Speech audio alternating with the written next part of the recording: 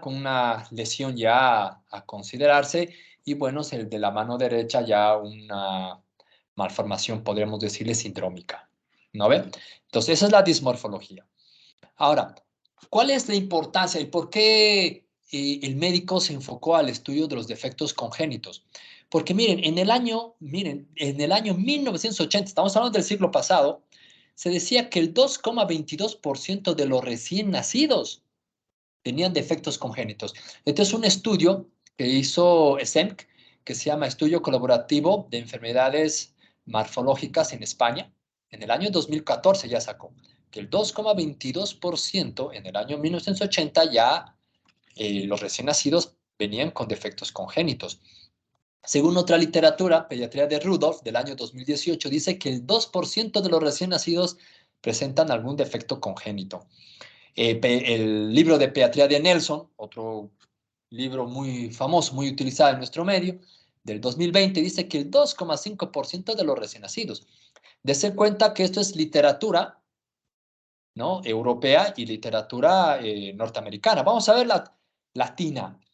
Según el libro de Pediatría de Meneghello, que es un libro de procedencia chilena, del año 2013, dice que el 7% de los recién nacidos tienen defectos congénitos.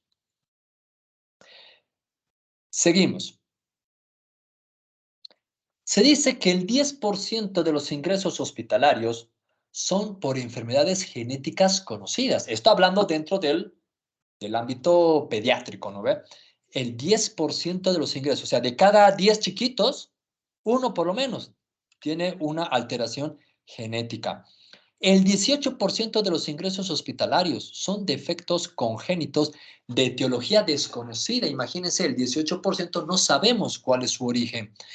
Y esto también es muy importante, 40% de los ingresos quirúrgicos son por malformaciones congénitas, de cualquier tipo de severidad. Pueden ser malformaciones congénitas simples hasta complejas, pero miren, el 40% de los ingresos quirúrgicos, 20 a 30% son causa de muertes en lactantes mayores. Por lo tanto, que estas malformaciones congénitas nos pueden desencadenar a episodios catastróficos, como en este caso el 20-30% pues fallecen. Y el 30-50%, perdón, esta imagen de acá del Teams lo vamos a suspender para poder ver lo que nos dice el enunciado. 30-50% son causa de muertes en lactantes menores, ¿no? Entonces, si nosotros nos fijamos bien, son cifras realmente muy alarmantes y es por este motivo, pues, que los médicos se han enfocado en la parte genética y específicamente en la dismorfología. Importante, miren, en el año 2009 disminuyó la prevalencia de estas malformaciones, ¿no? Según el estudio español, aquí tenemos la misma referencia, si estaba en un 2,92, ahora en un 0,98. ¿Y por qué sucedió esto? ¿Por qué ha ido disminuyendo? Pues porque ya existen mejores facilidades de accesibilidad a métodos de diagnóstico por imagen, como ser las ecografías, incluso hay ecografías de mayor resolución. Y bueno, en España, en los institutos en donde yo me formé, eh, existe una ley en el cual la mujer embarazada, en el cual se le haya informado que el producto viene con alguna malformación, ella tiene todo el derecho de interrumpir el embarazo. Entonces, por estos dos motivos, por la interrupción del embarazo y por los medios de diagnóstico de imagen más sofisticados, es que esta prevalencia aparentemente disminuyó. Pero no es tanto así, ¿no? Antes de que entremos a la siguiente diapositiva. Esto porque en Europa ha crecido una ideología en el cual los adolescentes pues tienen el eslogan de decir queremos vivir la vida, ¿no? Queremos vivir la vida. Y recién más o menos a los 35, 37 años deciden casarse y recién a esa edad pretenden tener familia. Entonces son situaciones muy complicadas en el cual sabemos bien, según la escuela europea, a partir de los 35 años ya hay cierto porcentaje de riesgo de trastornos genéticos en los embarazos. Entonces, imagínense una pareja que recién a los 37 años decide tener familia. Oye, la situación se pone más compleja. Es por eso que en los últimos años en Europa, no tengo mucho los datos en Estados Unidos, en Norteamérica, pero en Europa han ido aumentando la incidencia de estas llamadas enfermedades raras por esta misma situación, ¿no ve? Y que bueno, estamos viendo ya poco a poco en nuestro medio también, no estamos lejos de esta realidad. Pero sí debemos saber que miren que el 2% de los recién nacidos tienen defectos congénitos que se detectan en el primer día de vida. Ni bien nace el niño, tú a simple vista ya puedes detectar en el 2% de los recién nacidos estos defectos congénitos. Pero hay defectos congénitos, dice, la mayoría de los defectos al nacer se detectan posteriormente. Hay simple vista y el examen físico pues, no puede detectar estos defectos, pero en el transcurso que el niño se va desarrollando, va creciendo las diferentes partes de su cuerpo, cabeza, cuello, tórax y demás, empezamos a ver ciertos detalles que nos van llamando la atención. Entonces, hay defectos congénitos que se puede detectar posteriormente en la lactancia. Esto tiene que estar bien claro porque a veces sucede que papás llegan a la consulta y te dicen, ¿por qué no se pudo detectar antes? Pues bueno, pues hay defectos que no se puede ver en un comienzo, ¿no? Y miren, hay defectos como ser el sistema nervioso central, defectos cardiovasculares y bueno, del oído y de la vista que tampoco se detectan en el momento del nacer, sino eso en el transcurso del desarrollo o en sus controles de niño sano que realice este paciente. ¿Sí? ¿Por qué es importante identificar estos trastornos, estos defectos? O sea, ¿en qué nos ayuda? Perdón, dar una información sobre el patrón de herencia y riesgo de recurrencia. Vamos a ver en los casos que les voy a mostrar en la experiencia que tenemos en esta fundación. La pregunta de los papás es, ¿por qué pasó? ¿Qué ocurrió? ¿Por qué a nosotros? Y si esto va a volver a ocurrir, porque hay papás que han tenido niños con ciertos defectos y tienen miedo de volver a tener hijos por el peligro de que se vuelva a manifestar, ¿no ve? Entonces, pues nosotros al identificar estos trastornos, podemos tener o podemos dar una orientación de que si ese trastorno se va a heredar de una forma dominante o de una forma recesiva, ¿no ve? Bueno, también nos ayuda para poder tener claramente qué tipo de trabajo, qué opciones de tratamiento le vamos a ofrecer al paciente y para ver cómo podemos ayudarle en embarazos futuros, ¿no ve? Y bueno, esta información también que nosotros podamos encontrar, podemos usarlo, podemos elaborar predicciones sobre manifestaciones futuras, ¿no ve? A veces hay pacientes que tú detectas algo y puedes tener ya un pronóstico. No, no, en medicina no hay nada exacto, pero podemos pronosticar, podemos predecir, ¿no? Esto es algo muy importante porque a veces hay papás que dicen, doctor, ¿y esto va a tener? ¿Me confirma que va a ser? ¿Me confirma que no va a tener? No, en medicina no existe eso. Nosotros manejamos siempre porcentajes estadísticas y solamente podemos lanzar un pronóstico. Entonces, con estas identificaciones podemos predecir, podemos pronosticar.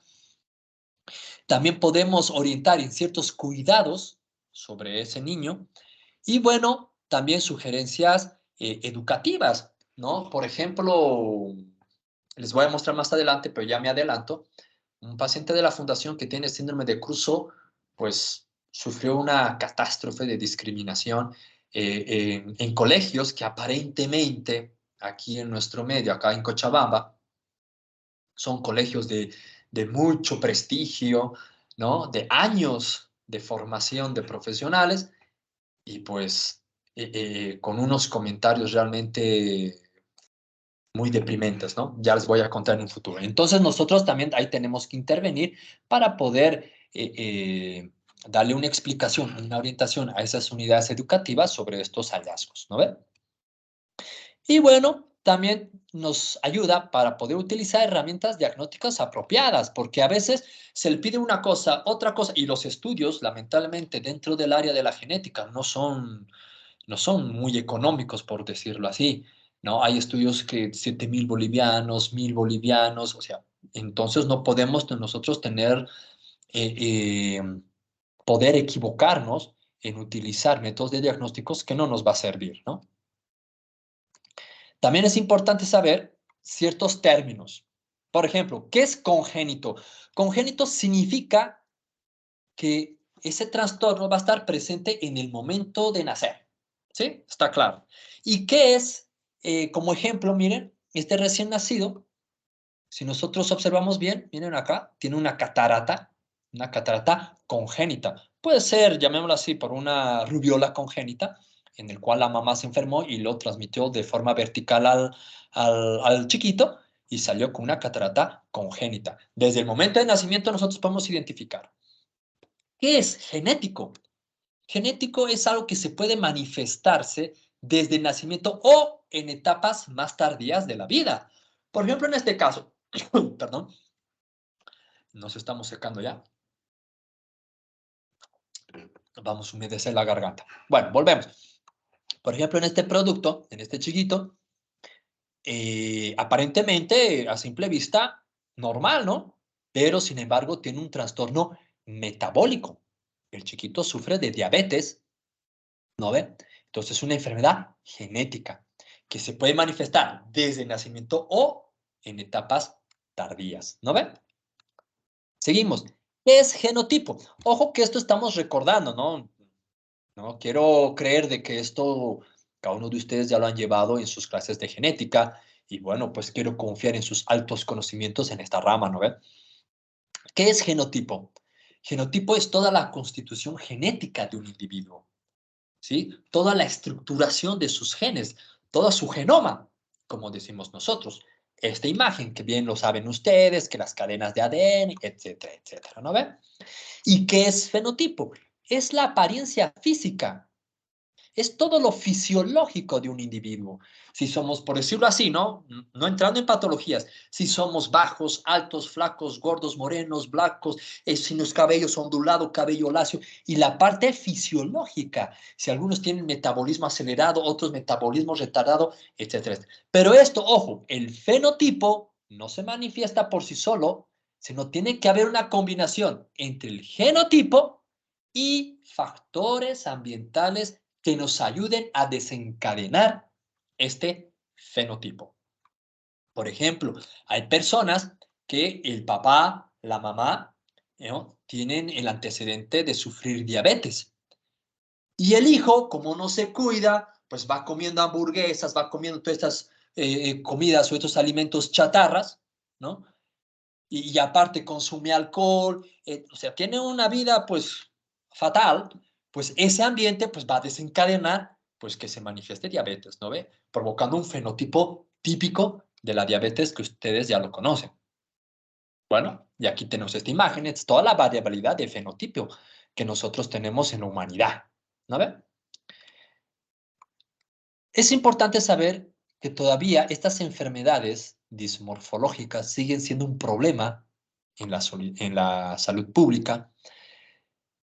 Son motivos de causas de mortalidad, producen una discapacidad física como también psíquico muy importante, ya las voy a ir comentando cuando veamos los casos, ¿no? Por ejemplo, esta es una secuencia de Pierre-Robin, antes le decían síndrome de Pierre-Robin, ahora se le denomina secuencia Pierre-Robin, es una secuencia en la cual, pues, miren la discapacidad que produce por tener este tipo de mandíbula, que es un poco más pequeña, pues tiene una alteración totalmente en la mordida, por lo tanto el niño no se alimentaba bien, tenía dificultades respiratorias, una serie de acontecimientos. Entonces, pues nosotros también tenemos que velar no solamente por la parte estructural, sino también para la parte funcional. El defecto congénito es un trastorno o anomalía presentes desde el nacimiento, ¿no ve? Eso ya lo hemos dicho, que se puede expresar o no en el momento del nacimiento, como en este caso, miren, este es un niño con un defecto congénito que lo llaman pies de sirena, que se puede manifestar desde el nacimiento, o estos niños que aparentemente nacen sanos, pero sin embargo este niño tiene un hiperinsulinismo, ¿no? Una producción excesiva de insulina que no se puede ver a simple vista y que se va a ir manifestando posteriormente, ¿no ve? Miren, hay defectos congénitos estructurales. Espera un momentito, vamos a elevar nuevamente esta imagen del Teams para que no nos interrumpa. ¿Ok? Miren, hay trastornos genéticos estructurales y funcionales, pero también hay mixtos, ¿no ve? Hay mixtos, pacientes que tienen estructural y funcional al mismo tiempo. Estas alteraciones que nosotros podemos hallar pueden ser de varios tipos. Por ejemplo, ¿qué es malformación? Tenemos que definir bien qué es malformación. Malformación es aquel trastorno genético en el cual altera la estructura y la funcionalidad, ya sea de un tejido o de un sistema, ¿no ve? En este caso, miren esta malformación a nivel facial, tremenda, ¿no? Tremenda, que ya lo vamos a ver en qué consiste esto. Esto es una malformación, ¿no ve? Hay malformaciones, y en este caso mayores, como en el caso del chiquito a nivel facial, y hay malformaciones menores, como esto que en varias oportunidades hemos visto. No sé, tal vez entre ustedes exista compañeros. Yo tenía un compañero en la facultad que tenía una característica similar, estos se llaman pólipos preauriculares, y sin embargo en nuestro medio, pucha, ¿saben qué es lo que hacen con esto? Agarran y ¿qué le dice el médico? No, señora, no se preocupe, colóquele un hilo alrededor del pólipo, lo estrangula y se va a caer por sí solo. Y sin embargo, este pólipo preauricular puede ser un dato de un trastorno a nivel facial, lo que se llama la microsomía hemifacial. Puede ser un dato. Y los pólipos preauriculares están relacionados con malformaciones renales, ¿no? Entonces no es solamente agarrar y colocar un hilo, ¿no? Pero bueno, pues esto es lo que se escucha, le estoy hablando la realidad. Entonces hay malformaciones mayores y menores. Luego también hay que saber definir lo que es deformación. ¿Qué es deformación? La deformación es cuando un tejido, una estructura del cuerpo humano, está formado pero perfectamente, como en el caso de estos piecitos, miren, está todo perfectamente, está el tarso, metatarso, las falanges, todo está perfecto. Lo que pasa es de que ese piecito, ya que se formó bien, se deformó, ya sea por posiciones viciosas dentro del útero de la mamá, o por embarazos múltiples, ¿no? A veces son gemelos, trillizos, cuatrillizos. Imagínense tres eh, eh, fetitos que están ahí dentro de la cavidad uterina, pucha, ya imaginaré cómo se acomodarán cada uno de ellos. Entonces, a veces adquieren ciertas posiciones viciosas y ese, en este caso, ese piecito que estaba bien formado se empieza a deformar. Eso es deformación, ¿no? Hay deformaciones extrínsecas por fuerzas extrínsecas, en este caso del útero, y hay deformaciones intrínsecas, ¿no? Algo pasó allá adentro, ¿no? En este caso, miren, este recién nacido con una hidrocefalia, pero pues, de importancia, ¿no? ¿Ve? Luego también hay lo que es la disrupción o desestructuración. ¿En qué consiste? Son estructuras, ¿no? Sistemas, partes del cuerpo humano que estaban bien formadas. Pero sabemos bien que en el líquido amniótico pues andan circulando ciertas bandas amnióticas. Entonces a veces esas bandas amnióticas empiezan a acomodarse alrededor de ciertas estructuras, partes del cuerpo humano y lo estrangulan como si fuera una corbata. Esa es una disrupción o desestructuración. Estaba bien estructurado, pero por las bandas amnióticas se empieza a desestructurar. Como en este caso, miren estas bandas amnióticas a nivel de los dedos de la mano. Y miren cómo se quedó estrangulados, perdiendo cierto tipo de partes de este, ¿no ve? Miren esta disrupción a nivel del miembro superior, producidas por bandas amnióticas, pero esta disrupción no solamente es por bandas amnióticas, también puede ser, miren, por disminución en el aporte sanguíneo. En este caso, este chiquito, cuando se estaba formando, pues alguna arteria que estaba llegando a esa parte para formarse, pues no aportó la sangre suficiente y el niño empezó a tener una, llamémoslo así, un hipodesarrollo, en este caso de la cara, en este caso, miren, del miembro superior, ¿no ve? Y si sacamos una radiografía del mismo niño, vean acá, perdón por la imagen, es un poco pequeña, pero no se preocupen, eso ya lo vamos a ver más ampliamente con otras imágenes más adelante. Miren aquí, la rama ascendente de la mandíbula es muy pequeña, ¿no? Pues, por lo tanto, no se formó, es una disrupción o desestructuración. ¿Y qué es displasia? Displasia es otra malformación genética pero ya un poquito más a detalle, en el cual ciertas células de ciertas estructuras u órganos pues no cumplen la función que deberían cumplir, ¿sí? En este caso tenemos una displasia ósea, conocido como la acondroplasia, o lo que comúnmente llamamos el enanismo, ¿no? Que es una displasia autosómica dominante, ¿no? Miren cómo todo lo que es tronco tiene el tamaño normal, que corresponde a un recién nacido, incluso la región cefálica. Pero miren sus miembros, son muy pequeños, por lo tanto la acondroplasia se caracteriza en eso, el enanismo, en una displasia de los huesos largos de los miembros superiores. Pero también hay que saber diferenciar sobre una variabilidad de normalidad, ¿no? Cada uno de ustedes, pues, ha pasado en su momento en el anfiteatro y han visto y han podido corroborar de que las cosas no suceden como nos dicen en nuestros libros bases, ¿no? Que si pasa por aquí, que si dobla, que si entra, se ramifica en dos, y no, pues a veces encontramos otras cosas que no son. Y eso se llama variabilidad de normalidad. Ahora, ¿cómo podemos diferenciar si es variable de normalidad o es un defecto congénito? Se dice que un defecto genético es aquel que se puede encontrar en menor al 5% de la población mundial. ¿Sí? En menos del 5% de la población mundial se debe encontrar. Si se encuentra más del 5%, ya no es un defecto genético, sino una variable de normalidad. Aparte de eso, que la variabilidad de normalidad no tiene que contraer ninguna alteración de funcionamiento, ninguna alteración fisiológica. Y aquí en la imagen les he colocado, pues, el callado de la aorta y miren todas las variabilidades, 8 variabilidades de nacimiento de las ramas del arco de la aorta. Y todas son considerados dentro del margen de normalidad. ¿Cuál es la etiología de estos defectos? Pues hay causas genéticas, ¿no? Mutaciones, disrupciones, translocaciones, ¿no? Por ejemplo, una de las famosas causas genéticas, lo conocemos bien, la famosa trisomía 21 o trisonomía 21, en el cual hay un tercer cromosoma, conocido como el síndrome de Down, ¿no ve? Entonces, esto es un defecto genético por causa genética, en este caso cromosómica. Pero también hay causas ambientales, ¿no? Mamás que durante su embarazo, pues están expuestas a ciertas infecciones virales, en este caso, en este niño, miren, rubiola, en el cual provocó lo que son las cataratas congénitas. Miren, aquí está un niño con rubiola también. También entre las causas ambientales hay mamás de que a veces no saben que están embarazadas. Y esto es muy frecuente en nuestro medio hoy.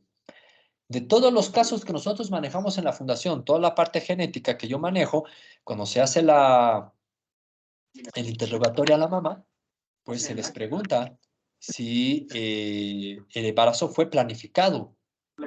Pucha, les diré que el menos del 1% de los embarazos han sido planificados. Generalmente, pues son embarazos que las mamás no sabían. Entonces, al no saber, siguen consumiendo ciertos fármacos o siguen consumiendo drogas o alcohol. En este caso, esta es una imagen que se llama síndrome alcohólico fetal. Miren, aquí están sus características, donde hay puente nasal bajo, el labio superior delgado, etcétera, etcétera. Es un síndrome. Y estos chiquitos pues tienen un carácter muy especial. Cuando ya llegan a etapas de compartir, de convivir con otros niños de su misma edad, ya sean las guarderías o en la escuela, pues tienen una serie de problemas, ¿no? Y esto es una causa ambiental de ciertos trastornos, ¿no ve? Esto también es un síndrome de el niño con warfarina, es un anticoagulante que a veces las mamás utilizan. Estos también no es solamente de la warfarina, esto también por la utilización de la heparina. Entonces hay ciertos trastornos genéticos que pueden ocurrir pues por el consumo de fármacos, alcohol, drogas, etcétera, etcétera. Y bueno, también está la radiación. Miren estas malformaciones, esto ya son malformaciones complejas, ¿no? Que a veces suceden mamás, vuelvo a repetir, que no saben que están embarazadas y siguen trabajando en las fotocopiadoras. Son mamás doctoras que trabajan en salas de radiología, etcétera, etcétera. Pero pese a los cuidados, pues a veces la radiación no se puede evitar, ¿no? Miren estos niños múltiples malformados. Pero también hay causa multifactorial, ¿no? Hay trastornos genéticos que pueden ser genéticos y también ambientales, como en este caso, lo que comúnmente antes, ahora ya no, se llamaba labio leporino, ahora ya no es así, ahora se llama fisura labiopalatina, ¿no? Y esta enfermedad pues tiene su causa tanto genética como también ambiental. Estos trastornos genéticos se pueden presentar solos, por sí solos, o pueden ser varios. Se dice que cuando uno encuentra una malformación genética menor, el pólipo preauricular, pues tenemos que buscar para ver si no encontramos otros menores o otra malformación mayor, ¿no ve? Entonces pueden ser únicos o múltiples, o pueden estar asociados a un síndrome, como en este caso, miren, el síndrome de Down, que bien los conocemos, creo que todos alguna vez en alguna oportunidad hemos podido observar. Pero también hay lo que se llama la secuencia. Una cosa es síndrome y otra cosa es secuencia. Un ejemplo de esto es, antiguamente se llamaba síndrome de Pierre-Robin. Es una enfermedad. Ahora se llama secuencia de Pierre-Robin. Y se denomina secuencia porque primero sucede una malformación y esa malformación lleva a otra y esta a otra y otra y así sucesivamente como una secuencia. Y este es el Pierre-Robin. Miren, este es un niño con una hipoplasia de mandíbula. Su mandíbula es más pequeña de lo normal. ¿Y esto a qué nos ha llevado? Esto nos ha llevado, vean la imagen de abajo, que la lengua pues al no tener cabida en la cavidad oral, choque con el paladar. Y al chocar con el paladar, pues el paladar no se llega a formar del todo bien, paladar duro, paladar blando, y nacen con fisura palatina. Entonces, miren la secuencia, ¿no? Mandíbula pequeña, lengua que no entra, lengua que choca, ¿no? Con el paladar, alterando el desarrollo del paladar. Y no solamente esto, miren, entonces, ¿qué hace el niño? Pues lleva el paladar hacia atrás y llevando, perdón, la lengua hacia atrás y llevando la lengua hacia atrás produce una obstrucción de la vía aérea. Y esto nos puede provocar secuelas neurológicas, ¿no? Entonces, una secuencia, miren, aquí está. Está el chiquito, miren aquí la lengua, miren cómo ha chocado con el paladar, evitando su desarrollo. Y miren la vía aérea, está obstruida, ¿no? No puedes respirar bien ni es un problema realmente estos niños. Cuando tenemos niños con Pierre-Robin y así recién nacidos, pucha, la intubación es complicada. Y miren, pues, ¿a qué nos ha llevado? A una fisura palatina. Miren, aquí se ven ya el tabique nasal, las cavidades nasales, etcétera, ¿no? Esa es una secuencia. Pero también hay una asociación. Esta asociación son unos trastornos genéticos realmente muy complicados, que a veces no obedece un orden genético, no se sabe cuál es la causa genética y tampoco la ambiental, se trata de relacionar, ¿no? No obedecen un patrón de herencia conocido. Por ejemplo, en este caso, este niño tenía una atresia traqueocefágica, tenía alteraciones costales, vertebrales, malformaciones cardíacas, renales, del tracto urinario, o sea, tenía una serie complicadas. Miren, por ejemplo, miren sus radiografías, miren estas alteraciones a nivel de columna, costillas, Dios mío, tremendo, ¿no? Este es un caso de un niño, miren, este es un niño con una asociación, un trastorno genético de asociación, en el cual tenía fístulas traqueocefágicas, tenía malformaciones cardíacas, gastrointestinales y ano imperforado. Miren su anito, no tenía ano, nació sin ano. ¿No? Miren su radiografía. Vértebras que no se han llegado a formar. Miren aquí hemivértebras, aquí vértebras separadas. No, unas malformaciones. Y esto se conoce como asociación Bacter. ¿Sí? Asociación Bacter, así se las conoce. Para poder, cuando nosotros nos encontramos con un niño de estas características, pues la exploración siempre es tener una buena relación médico-paciente, hacer un muy buen interrogatorio, realizar una muy buena historia clínica, ¿no? A detalles. Dentro de todo esto, tenemos que preguntar cómo fue el embarazo de ese niño y cómo fue los embarazos previos, ¿no? Y si es que no hubo algún fracaso de embarazos previos, ¿no? En esa mamá. Todo eso se pregunta. Si es que la mamá no es consumidora de alcohol, de cigarro, si no consume algún fármaco, que no haya estado en contacto con ciertos químicos, porque a veces mamás que trabajan en estas empresas de limpieza y a veces están frecuentemente en contacto con químicos que no son muy adecuados. Bueno, hacer un árbol genealógico, ¿no? De la forma correcta, debidamente. Bueno, y hacer todo el examen físico que corresponde al niño, sacar el peso, la talla, las medidas de todas las partes corporales, miembros superiores, miembros inferiores, tórax y demás. El examen físico minucioso cefalocaudal desde la cabeza hasta la punta de los pies, por decirlo así. Y bueno, está autorizado, obviamente, las fotografías. Si no, no tendríamos ningún tipo de evidencia. Y después de haber obtenido las fotografías, pues saber bien catalogar, ojo bien, catalogar si es una malformación o no. ¿No? Por ejemplo, miren este caso, miren la abuelita, perdón, la bisabuela, miren la abuela, miren la mamá y miren el bebé. Todos tienen el mismo encaje facial, ¿no? Obviamente aquí no hay ningún trastorno, pero a veces sucede lo que a mí me sucedió cuando yo estaba de interno, que salió un chiquito pero terrible. Le mostramos a nuestro médico, al ginecólogo de turno, y agarró, también se asustó y dijo, no, sáquenle fotos porque nunca más van a ver algo así. Llámalo al papá. Y a mí me tocó llamarlo al papá. Entonces, no sé, señor Francisco, y aparece el papá y me quedo asustado porque era igualito que su hijo. Idéntico, ojos saltones, chuecos arriba, abajo, como ustedes quieran. Y aparece el abuelo. Y el abuelo igualito, sus ojos todos chuecos. Entonces me quedé asustado. Entonces fui a llamarle al doctor. Doctor, venga a ver esto. Y el doctor ya estaba por darle la mala noticia de que el chiquito era igual que los papás, que el papá, que el abuelo. Pues no le costó otra cosa que agarrar y decir, no, señor, muchas felicidades, su hijo lindo, igualito que usted, ¿no ve? Entonces hay que saber bien si es un trastorno o no es un trastorno, ¿no? Y para eso, pues, tenemos nuestros gabinetes. Nosotros los genetistas utilizamos gabinetes de apoyo como ser el cariotipo, que es lo más básico, y luego estudios genéticos ya más específicos, un NGS, microarrays, FISH, que nosotros podemos utilizar. También está permitido las radiografías, ecografías y todo lo que es el gabinete de imagen, ¿no ve?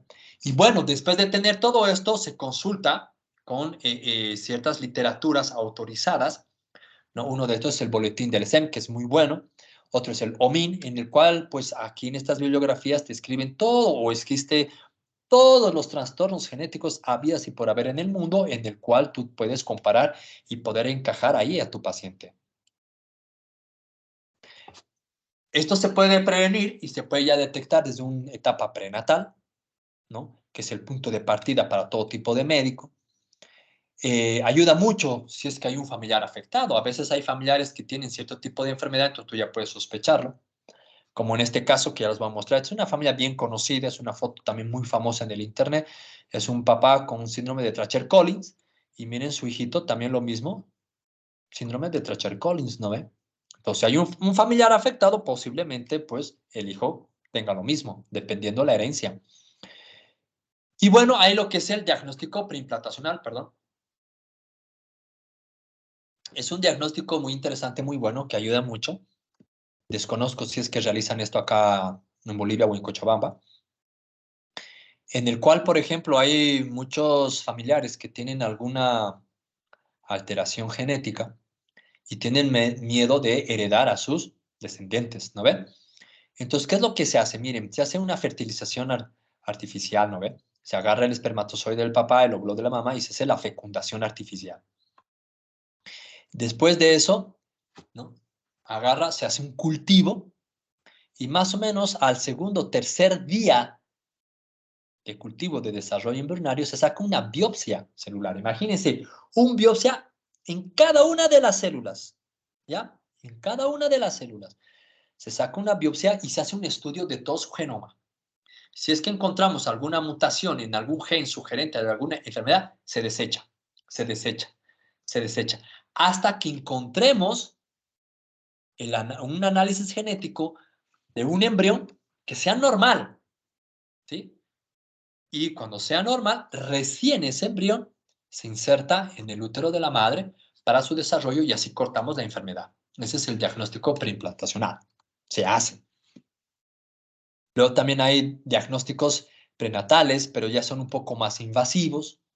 Bueno, aquí también, bueno, este no es invasivo, pero esto es la ecografía, que la ecografía es un muy buen instrumento donde ya se puede detectar. Aquí, por ejemplo, en este caso, miren, oligoamnios, no hay líquido amniótico. Este chiquito está todo apretado ahí. Y este es polidramnios, miren, abundante cantidad de líquido. ¿no? Se puede utilizar también las muestras de sangre de la mamá, donde ahora ya se ha visto que en muestras de sangre se puede realizar ciertas detecciones, lo que es la amniocentesis, ¿no? Hacer una punción y sacar líquido amniótico para hacer el estudio respectivo, ¿no? Aquí está. Esta es también la cordoncentesis, hacer una punción de cordón y sacar muestra de sangre fetal para hacer el estudio genético respectivo. El diagnóstico entonces postnatal pues nos ayuda para hacer una detección precoz, para dar una orientación a los padres sobre qué es lo que se ha detectado, dar una causa, si es que existe, una causa del por qué ha ocurrido esto, anotar los órganos y sistemas afectados, hacer una orientación genética respectiva y específica, una orientación pronóstica. En resumen, ¿para qué nos sirve todo esto? Para determinar si el defecto es malformativo, deformativo, disruptivo, displásico. Paso 2, ver si el defecto es solito o está asociado a algún tipo de síndrome o alguna secuencia o alguna asociación. Paso 3, planificar qué es lo que vamos a hacer, qué estrategias vamos a realizar. Y el paso 4, planificar las conductas de tratamiento. ¿No ven? Bien. Sabiendo todo esto, lo básico, ahora les voy a mostrar las malformaciones craniofaciales y lo que hacemos, pues, en esta fundación que tenemos. Miren, las malformaciones craniofaciales, juntamente con las de la piel y extremidades, son una de las más frecuentes. Las malformaciones craneales, ojo, pueden poner en peligro la vida del niño y dejar secuelas permanentes. Las malformaciones faciales no suelen tener riesgo de vida, pero sí pueden dejar un marcaje psicológico a los niños, a los familiares del niño. Y bueno, pues la mayoría necesitan pues cirugías, intervenciones quirúrgicas complejas y varias cirugías para poder solucionar su apariencia, y no solamente su apariencia, sino su funcionalidad y ser aceptado en la sociedad. En las malformaciones craniofaciales, esta es una clasificación que les voy a dar, porque hay varias, y esta es la que yo utilizo y me parece la más óptima. Se viene en 5, miren. Hay las malformaciones que son las fisuras, los encefaloceles y la disostosis, las atrofias hipoplásicas, las neoplasias, las craniosinostosis y, bueno, las inclasificables. Vamos a ir viendo a ver cada uno de estos con algunos ejemplos de estos. Las fisuras faciales. Las fisuras faciales son malformaciones en las cuales existen ciertas fisuras, ya sea a nivel facial o a nivel craneal, ¿no ve? Ya sea por alteraciones en su embriogénesis, ¿no ve? Del producto. Entre las más conocidas, miren, es un paciente de mi consulta, es un paciente recién nacido con lo trajeron 3-4 días de vida, con una fisura labiopalatina, en el cual le colocaron aquí un dispositivo que aparentemente le iba a ayudar al niño. Miren, un dispositivo que para nuestro parecer era muy grande. Miren el niño, esta es una chiquita, ahora la chiquita ya tiene 5 años. Miren, la fisura labiopalatina, era tremendo. Este es otro paciente, también en mi consulta, con fisura labiopalatina bilateral, miren, los dos lados. Los dos lados. Estos chiquitos tienen muchos problemas porque, pucha, primero la alimentación, ¿no ve? La alimentación, ¿cómo vamos a hacer para alimentarles a estos niños? Por lo tanto, pues hay que dar una muy buena orientación. Obviamente, estos niños ya han sido sometidos a cirugías, algunos dentro de nuestra fundación, otros no, o en otras fundaciones, pero bueno, la cosa es solucionarles, ¿no ve? Este es un niño de la fundación, este niño es del Bene, que vino para que le ayudemos, que miren, aparentemente, miren, pues no hay nada, ¿no? Tú lo ves todo normal. Pero ya entrando a más detalle, miren lo que hemos encontrado. Es un niño con secuela de cirugía por fisura labiopalatina, en el cual lo operaron y lo dejaron así. Miren, ¿dónde está la funcionalidad? Por eso les decía, la corrección tiene que ser estructural y funcional. Pues aquí, miren, esta fosa nasal está totalmente obstruida, ¿no? Entonces, tampoco los podemos dejar hacia los niños. Y este niño, pues ya está siendo evaluado respectivamente para su futura corrección y darle la funcionalidad que se requiere. Pero también dentro de esta clasificación están los encefaloceles, en el cual son fisuras a nivel craneales, en el cual pues hay ciertas partes de los huesos del cráneo que no se formaron y dejan salir material o tejido nervioso En este caso, miren, este es un encefalocele porque no se formó bien la escama del occipital y sale por el occipital. Aquí hay tejido neurológico como también ventricular. Cuando hay tejido neurológico y ventricular se llama meningo hidroencefalocele. ¿No ven? Este es un mortinato, este nació muerto, este chiquito. Este es otro caso, miren, de encefalocele más pequeño, igual a nivel del occipital, que es lo más frecuente. Casi el 40% de los encefaloceles es a nivel occipital. Este es otro niño que a veces los encefaloceles tanto compromete que a veces, aparte de la herniación del tejido cerebral, pues los chiquitos nacen con anencefalia, miren, no se formó parte de la calota. Este es otro encefalocele, miren.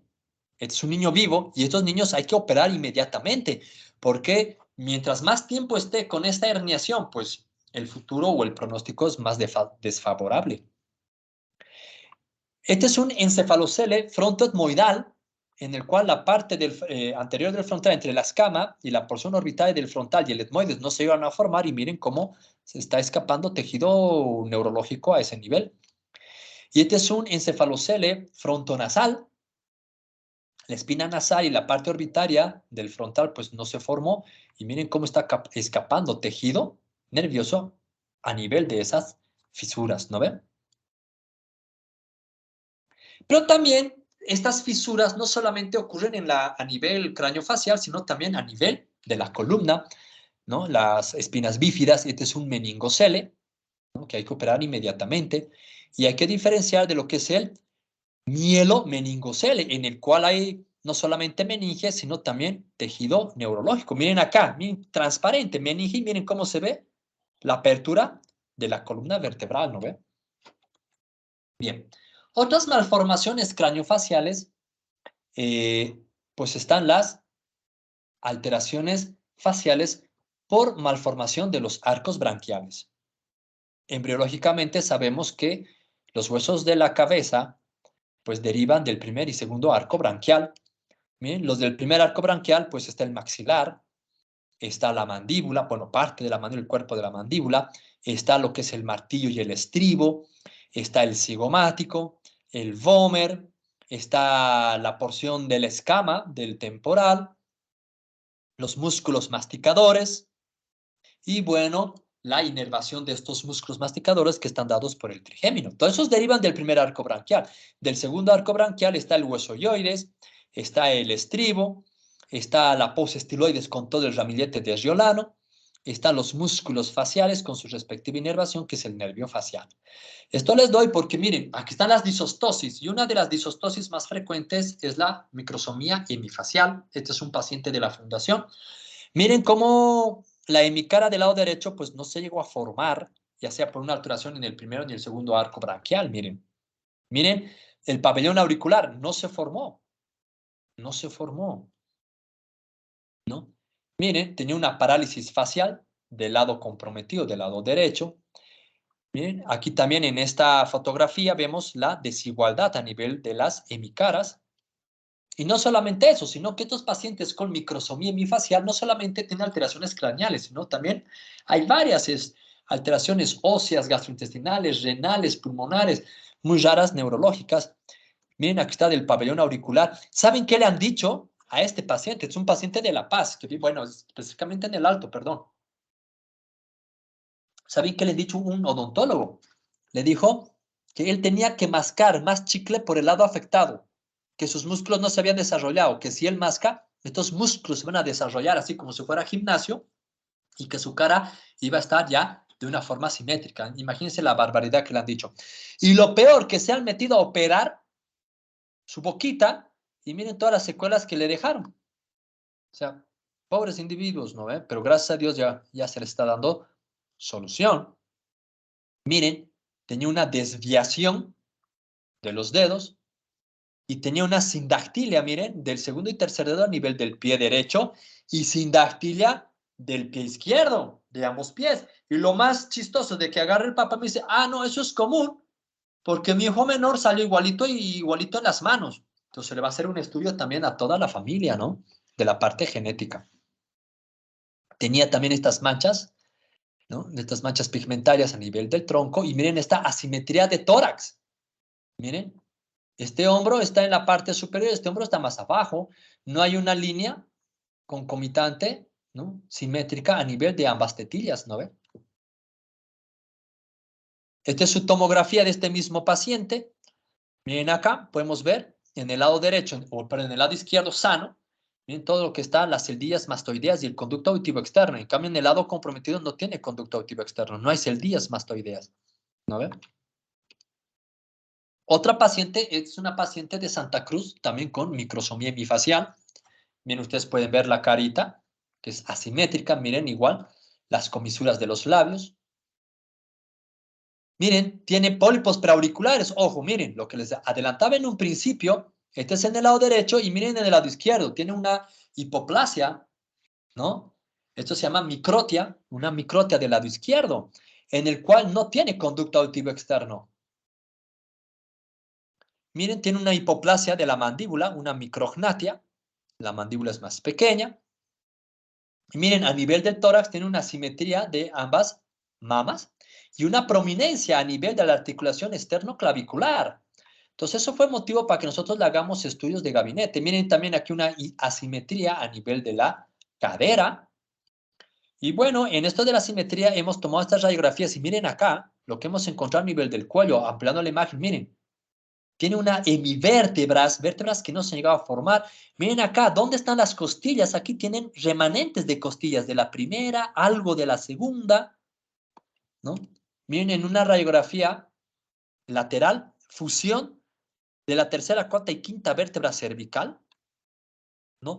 Y esto ha provocado, pues, de que toda la columna se distorsione, ¿no ve? Provocando una lordosis, ¿sí? A nivel de columna lumbar. Y bueno, pues aquí, si nosotros nos fijamos en las radiografías anteriores, una escoliosis, miren. Por eso es de que la paciente tenía una desviación de la cadera. No es que la cadera estaba mal, estaba bien, pero la paciente tuvo que optar posiciones viciosas para poder tener su sustentación. Miren la tomografía en cabeza, aquí están las celdillas, conducto activo externo, y en el lado comprometido no tiene en el lado izquierdo, está totalmente ausente. Miren, aquí está conducto activo externo, en el lado izquierdo no lo hay. En una reconstrucción en 3D, miren, este es el lado sano, está conducto auditivo externo, el agujero del conducto auditivo externo, arco cigomático, rama de la mandíbula, apófisis condilar, apófisis coronoides. Miren acá en el lado izquierdo, miren su apófisis cigomática, es muy pequeña y no hay agujero del conducto auditivo externo. Miren, incluso aquí, la apófisis condilar apenas está chocando con el temporal, no hay cavidad glenoidea, no hay fosa mandibular, y miren, su rama ascendente es muy pequeña, ¿no? Y miren, toda la cantidad de pacientes que tenemos, es una parte de pacientes que tenemos con esta microsomía hemifacial. Lo más interesante, cuando nosotros hicimos la fundación, pues muchas gentes se nos reían y decían, no, ¿cómo van a hacer eso? Microsomía hemifacial no existe en Bolivia, se van a morir de hambre, están perdiendo el tiempo. Miren la cantidad de pacientes. Esta es una parte, ¿no? Imagínense si colocáramos todo. Entonces, a veces nosotros creamos que en nuestra querida Lida, Bolivia, no existen estas cosas. Hay. Pero lo malo que si no conocemos, bueno, si no sabemos, no conocemos. Y si no conocemos, pues no buscamos. Y esa es nuestra cruda realidad. Y esta microsomía hemifacial hay que hacer diagnóstico diferencial con este síndrome que es síndrome de Goldenhar. Este es otro paciente de nuestra fundación. Y el síndrome de Goldenhar se caracteriza por quistes dermoides a nivel del globo ocular. Y miren este paciente, vean, acá hay un video. Miren cómo al mover su globo ocular se ve este quiste dermoide. Véanlo, miren.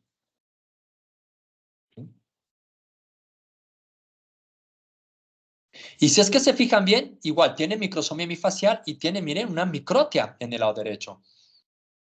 ¿Sí? Acá hay otro video. Vamos a verlo aquí el video, lo vamos a pasar. Acá hay otro video. Vamos a ver, miren.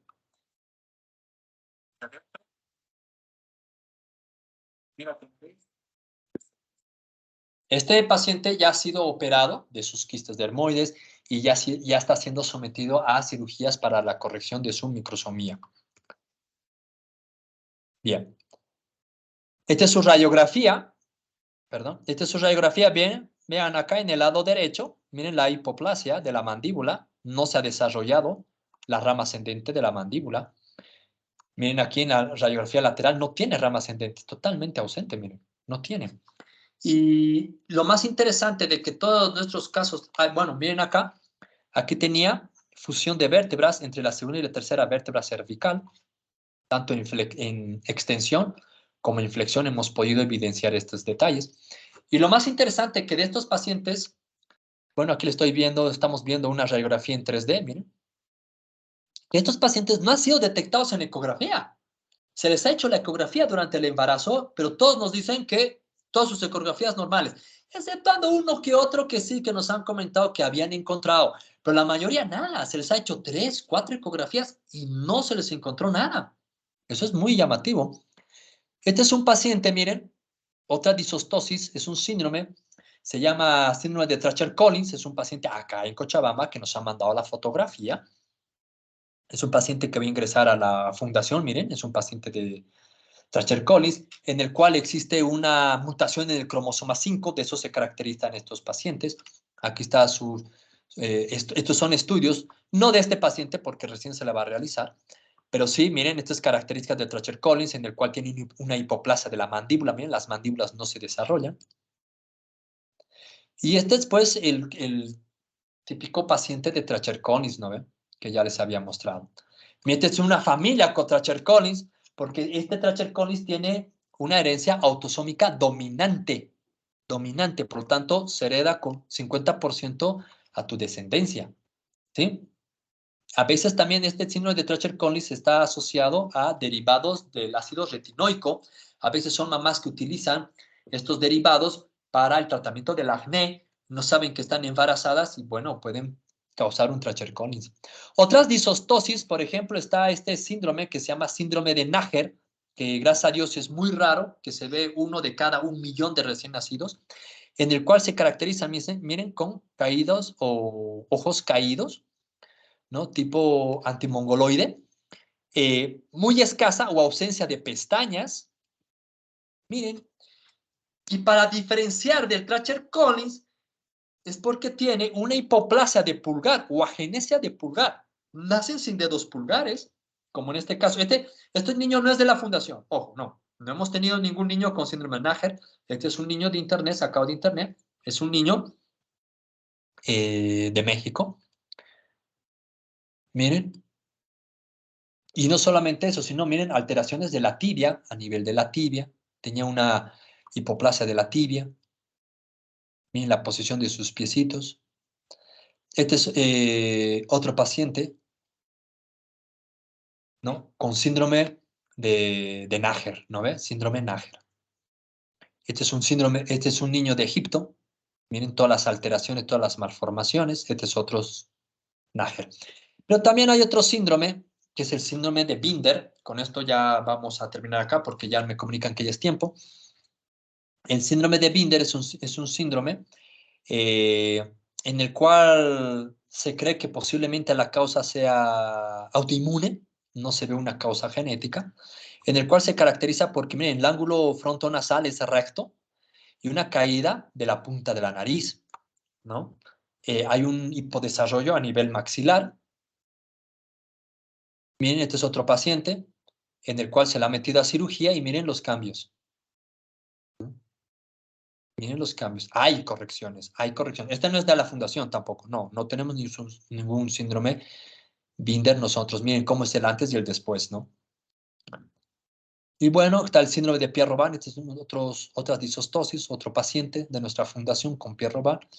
Bueno, entonces, son múltiples los casos que nosotros tenemos de malformaciones craneofaciales. Y bueno, pues, esta es una de nuestras realidades que tenemos en nuestro medio, que lamentablemente, les vuelvo a repetir, no se los logra diagnosticar de forma ecográfica. Y bueno, gracias a Dios, ahora en nuestro medio tenemos un ecografista fetal muy bueno, doctor Pablo Nates, si es que va a escuchar esta disertación, pues un gran saludo. Él es ecografista fetal y pues nos da de mucha ayuda. Pero bueno, pues también decir de que tenemos que estar alerta en mandar a estos pacientes a los especialistas respectivos, ¿no ve? Porque no va a suceder como le dijeron a ese paciente. Y bueno, y tantas cosas que, bueno, si nosotros les comentáramos, ¿no? Lo que les dicen, ¿no? que saques esos dientes, póngase más dientes y sin embargo, pues la alteración es otra, ¿no ve? Bueno, hubiera querido seguir, pero bueno, el tiempo es oro, ¿no? Les agradezco mucho y bueno, será en otra oportunidad. Muchas gracias, doctor, por esta tan completa explicación. Si alguno de los presentes tiene alguna pregunta, por favor, levante la mano y tiene la palabra. María José, no sé si tienes una pregunta.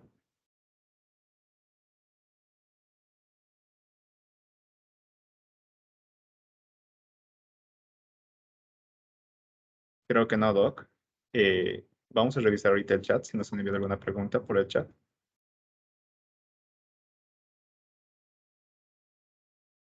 Quedó muy claro, doctor. Si no hay... Ah, no, aquí tenemos una pregunta de Alejandra Natalia. Tienes la palabra, por favor. Doctor, ¿cómo está? Buen día. Le tengo una pregunta. No sé si está muy al tanto de esto de la epigenética y qué tan buena puede ser esta epigenética como para, digamos, cambiar precozmente los genes de una persona y así poder prevenir, ¿no? De alguna manera, alguna enfermedad genética. Bueno, mira, la epigenética ahorita es el boom. Dentro de lo que es la genética, es el boom. ¿Por qué? Porque antes teníamos el conocimiento de que uno nacía con los genes y que esos genes nunca cambiaban en el transcurso de nuestra vida, pero no. Ahora con el estudio de la epigenética se ha visto de que hay ciertos reguladores de genes que andan controlando que ciertos genes eh, mutantes, por decirlo así, que nosotros tenemos, no se manifiesten. Pero estos reguladores de estos genes, pues en el transcurso de los años, por toda la contaminación ambiental, dejan de tener esa funcionalidad. Por lo tanto, esos genes mutágenos, por decirlo así nuevamente, se empiezan a manifestar. Es por eso de que hay enfermedades que se manifiestan en la tercera edad y hay enfermedades que no se manifiestan en los niños, y esto es por el estudio de la epigenética, que bueno, todavía está en desarrollo, todavía está en estudio, porque falta mucho. Ahora, de esto de los cambios de los genes o en el tratamiento genético es muy interesante porque hay lo que es el tratamiento genético y hay lo que es el CRISPR-Cas9. El CRISPR-Cas9 es una técnica de tratamiento genético que está siendo muy discutido y es el boom ahorita en Europa, en los cuales se hace un cambio de un nucleótido. Ojo, no estaríamos hablando así macrocelular. Se hace el cambio de un nucleótido por el nucleótido correcto para evitar que ciertas enfermedades se manifiesten. Gracias a este tratamiento del CRISPR-Cas9 ya hay ciertas enfermedades aprobadas por la FDA en el cual se puede utilizar ese tratamiento. Pero ¿por qué está teniendo mucha revolución esto? Les digo porque en Inglaterra fundamentalmente ha crecido un movimiento de unos genetistas que apoyan una cosa y otros genetistas que no. ¿A qué me refiero? Que hay un grupo de genetistas que apoyan en el cual se empieza a crear un fenotipo modelo tanto de hombre como de mujer. Por decirles así, que todos los hombres sean altos, chocos, blancones de ojos verdes, listo, y que todas las mujeres sean altas, chocas, blancones de ojos verdes, y pare de contar. Y que ya no existe esa diversidad genética de flacos, gordos, chatos, morenos, ya no. Que todos tengan un mismo tipo o un mismo fenotipo y pare de contar. Y así evitamos varios tipos de enfermedades. Hay muchos que apoyan esa idea y otros no. Otros genetistas dicen, no, la riqueza y la dulzura del ser humano es la diversidad. Ahorita veo, miren, tantas imágenes que tenemos de personas que están participando en la charla. Esa diversidad se perdería, se perdería. Incluso se dice que las enfermedades es parte del ser humano. Entonces ahorita hay un movimiento tremendo de todo esto, pero ya es una realidad. Ya se está haciendo esto del CRISPR-Cas9 y ya está siendo aprobado para ciertas enfermedades. Pero ojo, no cometamos el error como cometió este genetista chino, en el cual hizo ciertos cambios genéticos en una niña para que esta niña no se enfermara nunca de VIH. Su mamá tenía VIH y la chiquita nació y sin VIH y no se enfermaba de VIH. Era pues un aplauso, pero sin embargo, por modificar esos genes, pues ha provocado que la niña tenga otros tipos de enfermedades, incluso cánceres. Entonces, a este médico genetista se le hizo un juicio por tratar de manipular todo el factor genético. Por lo tanto, volviendo a la pregunta de Alejandra, pues existe esa realidad, hay esa realidad, pero todavía no está siendo aprobado en todo el mundo. Ojo, para ciertas enfermedades sí ya se está empezando a utilizar, pero todavía no sabemos, porque son tantos genes, hay genes que sabemos que funciona para cierta cosa, pero también ese gen había sabido funcionar para otros tipos de tejidos. Por lo tanto, si tú modificas un gen, cuidado que estemos alterando otros tejidos, ¿no ve? Por lo tanto, es muy delicado eso, pero ya existe. Muchas gracias, doctor. Aquí tenemos una pregunta más que mandaron al chat de Daniela Belén Acuña Fernández. Nos dice, muchísimas gracias, doctor. Muy interesante exposición. ¿Nos podría contar un poco más de la fundación, de su fundación, por favor? Muchas gracias. Bueno, es una fundación que sin fines de lucro, ¿no? En el cual nosotros ayudamos de forma gratuita a todas las personas con malformaciones craneofaciales. Por eso les digo, hubiera sido más bonito ver más adelante esto porque más pacientes que tenemos con síndrome de Cruzó y otros, pero hemos visto pues de que a veces estos pacientes el tratamiento es largo y costoso y lamentablemente los familiares, los papás, eh, se dan por vencidos, renuncian a toda esta posibilidad por el costo. Entonces, en nuestra fundación tenemos oftalmólogos, traumatólogos, neurocirujanos para resolver esto de las craneosinostosis y otras alteraciones más de forma gratuita. Es muy difícil poder conseguir a veces médicos que nos colaboren en este sentido porque lamentablemente estamos pasando una realidad que todo el mundo quiere tener plata. Entonces, todavía nos falta más personal, pero en la fundación ya estamos ayudando a varios niños, ya son más de 100 niños que están dentro de la fundación. Pues gracias a Dios estamos logrando darnos o dar nuestro granito de arena para resolver estas situaciones. Muchas gracias, doctor. Muy entretenida su charla. Agradezco mucho su tiempo. Y bueno, hasta otra oportunidad estaremos en contacto con usted. Muchas gracias. Bueno, pues el agradecido soy yo. Y bueno, les agradezco a todos los presentes. Sé que es una hora un poco incómoda porque todo el mundo ya quiere su sopa de maní. Pero bueno, les agradezco mucho y bueno, la verdad que estas charlas nos ayudan porque necesitamos más genetistas aquí en Bolivia, en nuestro medio, necesitamos más. Me gusta mucho de que ya he visto sobre los disertantes a días posteriores. Hay un disertante en ginecología que creo que nos va a hablar sobre todo el panel genético en cáncer de mama, que es muy bueno, el BRCA1, BRCA2, que es muy importante. Y bueno, también hay dos licenciadas, creo que nos van a hablar sobre el polimorfismo y mutaciones genéticas. Eso es también muy interesante y espero que acudan cada uno de ustedes. Muchas gracias y será en otra oportunidad. Gracias, doctor.